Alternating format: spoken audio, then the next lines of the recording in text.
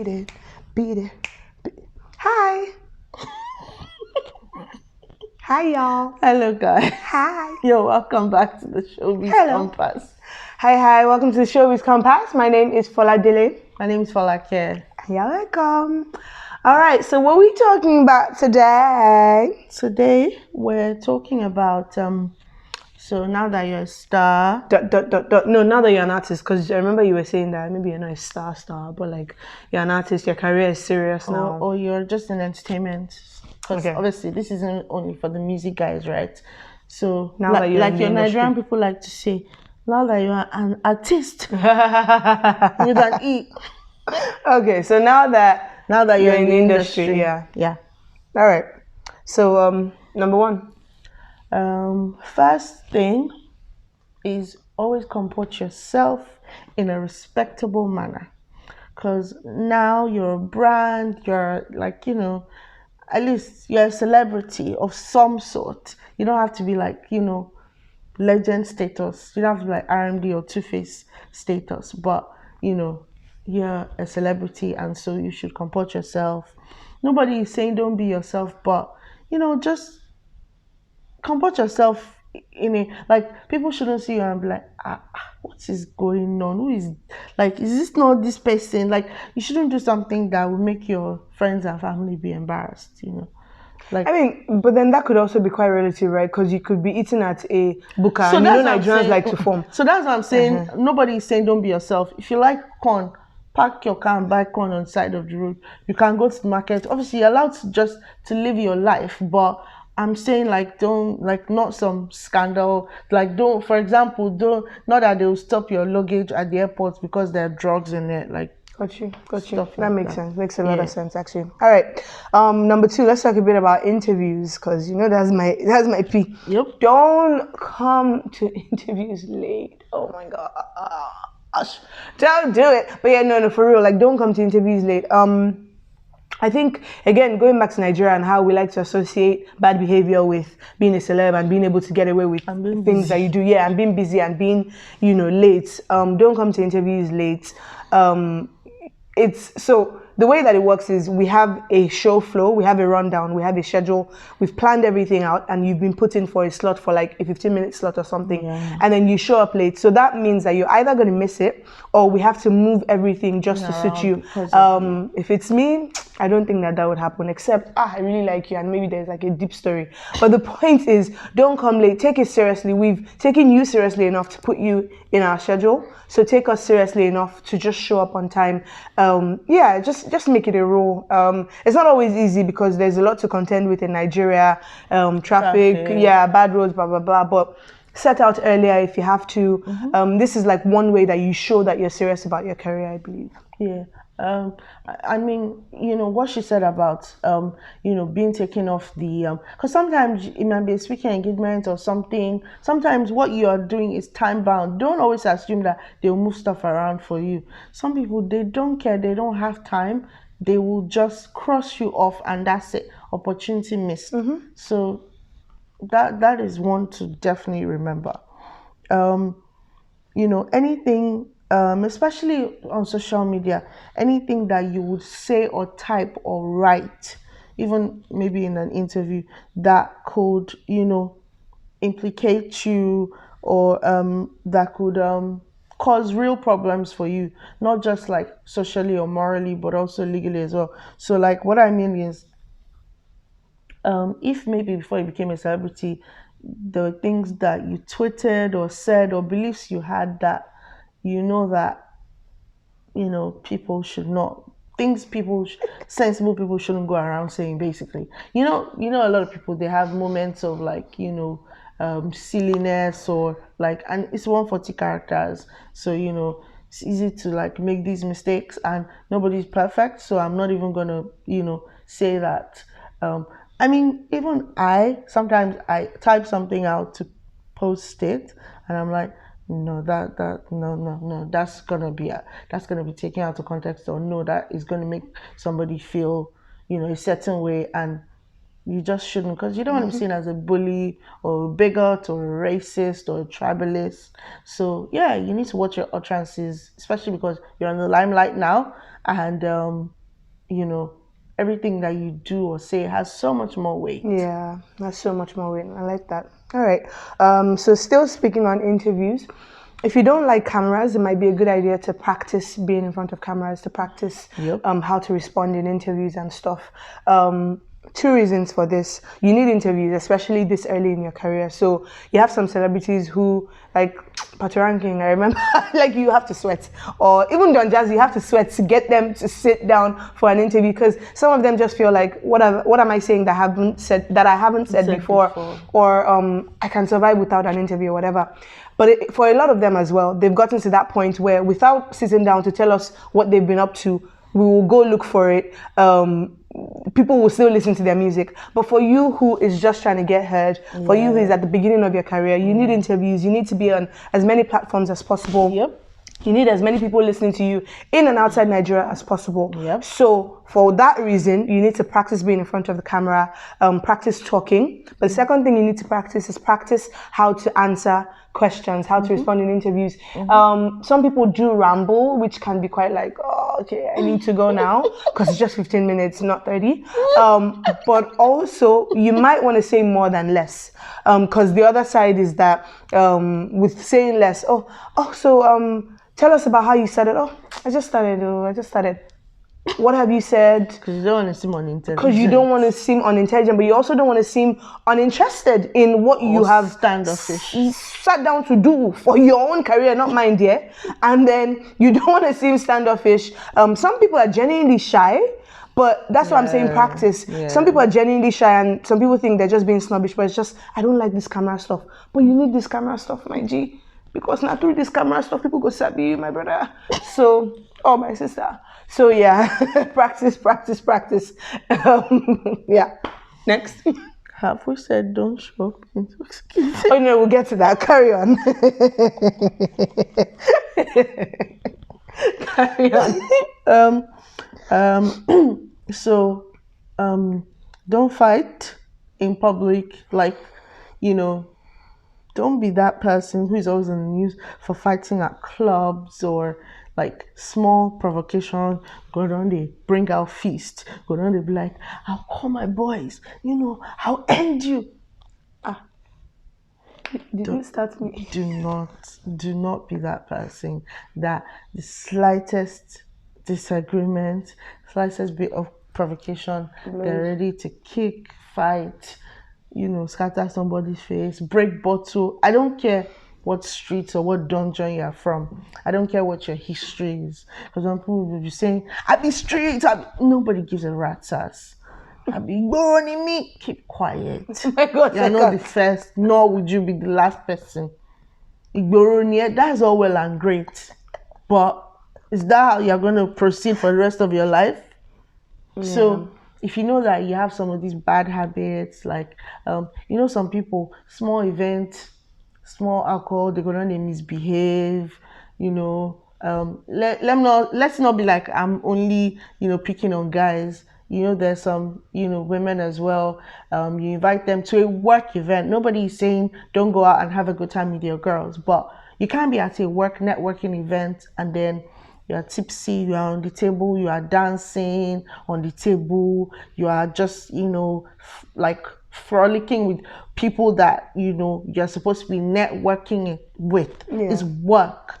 Nobody is saying, if it's like a dating scenario, then that's different. If it's a bar, if it's a club, if it's, read the vibe, read the atmosphere, read the room. And read the atmosphere. Like if you're on the clock, for example, if you're doing, and it's not even always just where you are, because you can be doing a club appearance. That is work, my love.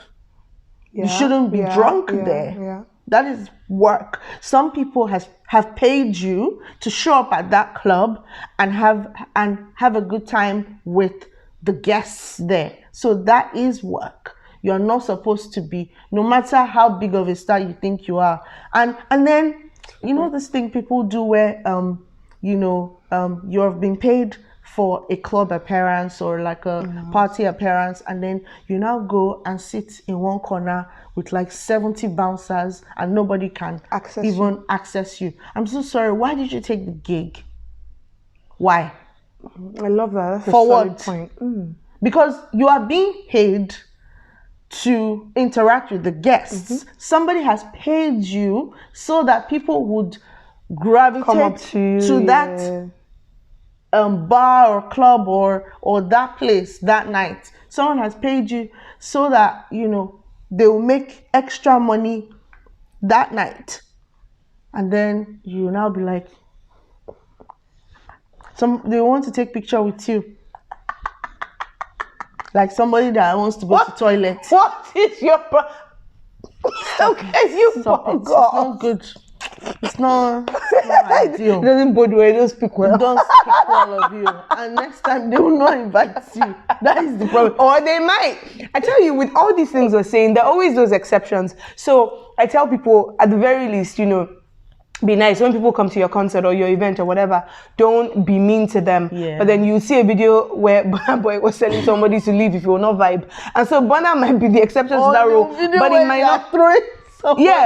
Like literally flinging human beings off. You may do it and it won't work for you. The fact that it has sustained Burna might not work for you. So don't say that, oh, but Burna is doing it. Burna is doing it, so I don't agree with how Burna is doing it, but you can now do it, and that will be the end of your career there. So that's that, right? Anyway, still on interviews. Don't show up high or intoxicated. Don't show up under the influence, basically. I'm not going to sit here and tell you what to do. I mean, everyone has their vices, and yours may be alcohol, yours may be, you know, whatever it is that it is. But I would suspect, I speak from experience, but I also speak for a couple of my friends who I know we've talked about this before.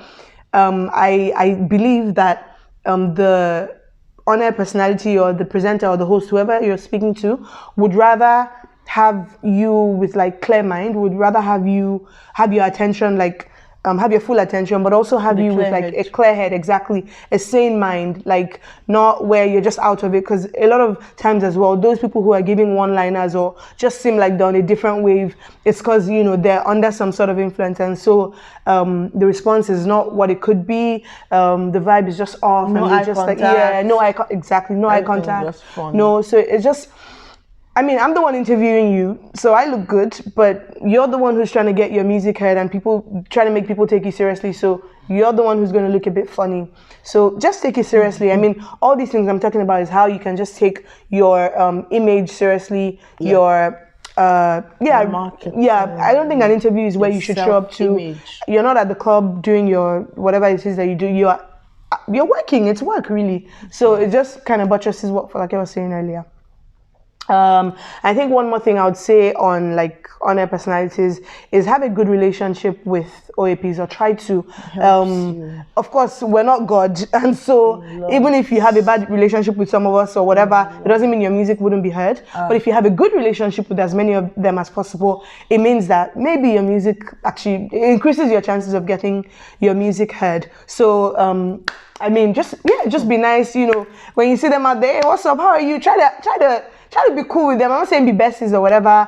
I'm not saying you have to send them gifts every time. If you want to, that's nice. But I'm not saying you have to do that. But just like have a good relationship with them. Payola here. Yeah, because they're the gatekeepers of music. I was literally about to use the word gatekeepers. They're the Look, gatekeepers of music. we can pretend that, oh, they can't do anything. I'm a star. This is this. Who are you? This and that. But when 1, 2, 3, 4, you know, on-air personalities, radio station DJs, when they start complaining, when they start having the same bad thing to say about you.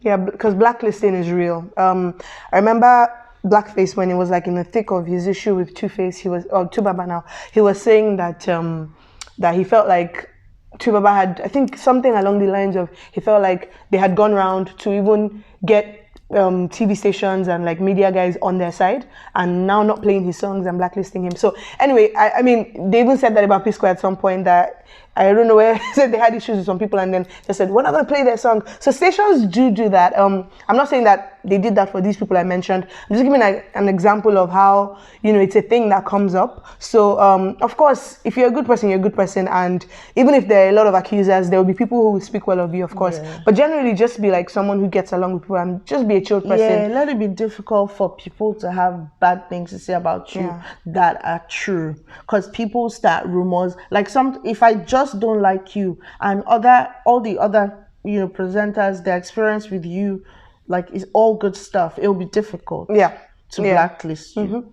So cool. Yeah, so that's that for me. Do you have one more thing to add? One more thing that is so vital, you guys. If you don't hear anything from this episode, please hear this. Be very careful when it comes to, like, I know that this is, like, obviously your private life is your private life, but there's a point where it can become a very big problem. And a public life. And yeah, because obviously you're a celebrity, right? So when it comes to things like, meeting girls, so for guys now, because even with women, it's the same problem. There's an age of consent, right? So there's a general age of consent. I will just say on the side of caution, anybody that is less than 20 years old, let it not be that the birth certificate is now not correct, and you now discover that this person that you thought was 20 is actually 17. Or that is tomorrow I'll be 17. Oh, it's tomorrow that I'll be. Guys, just like that, we're in very murky waters. Yeah. Very, very murky waters here. My point is, anybody that is below the age of consent, let's just leave them. Just leave them out of it. That's for age alone. That's for age. Now the consent. Now the real consent issue. Now look, the reality is that there are laws, and even if those laws were not there, morally, can you really get consent from somebody who is drunk, like piss drunk? Ask yourself. Imagine if somebody asked you if you wanted a haircut. Like, think, because, you know, I know that for guys, sometimes they don't get it. And they're like, but she said she was interested now when she was not tipsy. Drunk. That, you know, the tipsy part happened after I got consent from her. But think about it this way. If you were in a barber shop and you fell asleep, and while you were sleeping, the guy dyed your hair pink, or you were drunk, you got you maybe smoked weed and you got high, and you couldn't take that decision in all honesty, how would you feel if the guy now dyed your hair pink, and then you now come round, your hair is clear, and you go to the mirror and you're like, what the? That's for like of everything I've ever heard you say in my life, this legitimately is right up there as one of the smartest things, because I have never ever, I don't know if this is original or somebody gave me this. No. Okay, good. Okay, smart girl. But I've never ever thought about it in that way. Thought about this analogy. Yeah. No, the analogy that somebody has given me is tea. I think this is a British consent analogy, and it's that how would you feel? And this particularly is to do with pressuring someone. How would you feel if you were maybe at a restaurant or somewhere and they're like, would you like a cup of tea? And then you say no, and then they ask you again, are you sure you don't want tea? And then they come back again 10 minutes later. Are you really, really sure you don't want tea? And this person keeps pestering you and asking you if you want tea. And then they now say, okay, leave the pester one. Let's say you were awake. They ask you, do you want tea? You say no. You now fall asleep. Somebody is now trying to pour tea down your throat. Because you say you want tea. Hot tea. Because you say you want tea when you were awake. Or because when you were awake, you said you wanted tea. Now that you are asleep, they are now pouring the tea. Like, think about it. So you need to think about consent in that way. Like, you won't get consent to do anything from someone. Consent to drive, consent to do anything, consent to have a baby, consent to do anything, consent to even maybe just touch somebody. You can't get it when they are asleep or drunk. Or just like not with a clear mind. Or just not with a clear mind. And if the consent is looking like maybe not, or you have those people that are like, yeah, but no, or stop. When you don't get long, brother, just leave. Yeah. There's so many other people. Or and sister. obviously, brother or sister, this applies to both men and women, because some women, they don't understand that no is no as well. So it's equally bad if it's a woman. And obviously, when you're a celebrity, these things are blown out of proportion. You don't want to wake up and the whole of Twitter is calling you a rapist, or they are saying that you pressure girls for sex, or like these things, they can get rough very fast. Life can come at you very fast. It takes one person to come forward, and of course, you would, unfortunately, if one person comes forward, you would always have people who would also jump Back in the and say, person up. yes, it's true, even if they were not there, or they just don't like your face, or they are doing it just or to be looking trend. for an opportunity to, yeah, that's true. So how about avoid one person even coming up to say, you did this to me and it's true? Better preach, honey. Like, just so, drops because your career can end very quickly with these kind of things. Oh yeah, 2022. I mean, like, women are not standing for any of that funny business anymore, and you don't want all your female fans to just pull the plug on your music. Like, thank you for taking us there. You know what will happen? The people that have collaborated with you, they will start, the international collaborations you've had, they will start being like, oh please, we want to take that song down, we withdraw our collaboration. So they start taking your songs down. Brands that have endorsed you, they start wanting to dissociate. I'm not doing it again. Fans that like you, they'll start being like, oh no, cancelled. And then, do you guys know what it is for a whole R. Kelly? Do you know who R. Kelly is? Right. A whole R. Kelly to be where he is now. Man held like a whole period of like how many years? He held it down. And I'm not saying held, like it's the way Sean Paul didn't just hold down in America, or held down in Africa. Like, it's crazy, man. So to go from that, or even for Bill Cosby, who was a like legendary look up, a father that people would look up to, especially for Americans, to go from that to just like someone that, how many women are coming up to say you did this, you did that, whether or not all of them are true. The point is, you don't need that mess. Nobody will care at that point if like only half is true, or even just one. Like no one cares. Please, just let's avoid those kind of scenarios. Cool. Yeah, and just avoid messy things in general. Just like that's. I know that nobody's perfect and there's nobody like, but things where they stain people's white. Just avoid it. Yeah. Avoid it. And on a final note, please go back to your Twitter, your Facebook, check stuff that you tweeted about or like posted years ago, and then just like delete them. Because we're all evolving and we're all learning, right? So there's some ideologies that maybe would have been okay to have 10 years ago. You may have been homophobic 10 years ago, and I wouldn't entirely blame you, because Nigerian culture in itself and Nigeria as a people can be very homophobic. So I will not entirely blame you if you were homophobic 10 years ago, but you have no excuse in 2022 to be homophobic. You have no excuse in 2022 to be someone who does not believe that, human beings have a right to their own private life and they deserve to live. Nobody is saying that you should, carry a rainbow flag and be their number one ally, but they deserve to live their own lives and they do not deserve abuse from you. I think we can all agree on that. The same way you would not like someone to abuse you because you're a straight person. It's the same way. So you can't, as a celebrity, as an idol, as someone people look up to, be doing that.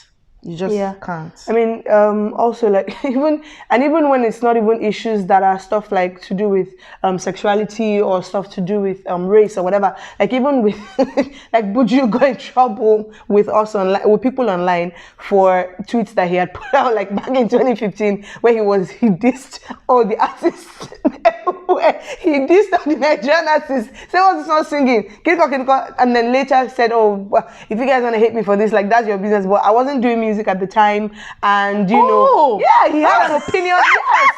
He had an opinion about how this person, and then I think maybe now that he's in music, he realizes that it's hard.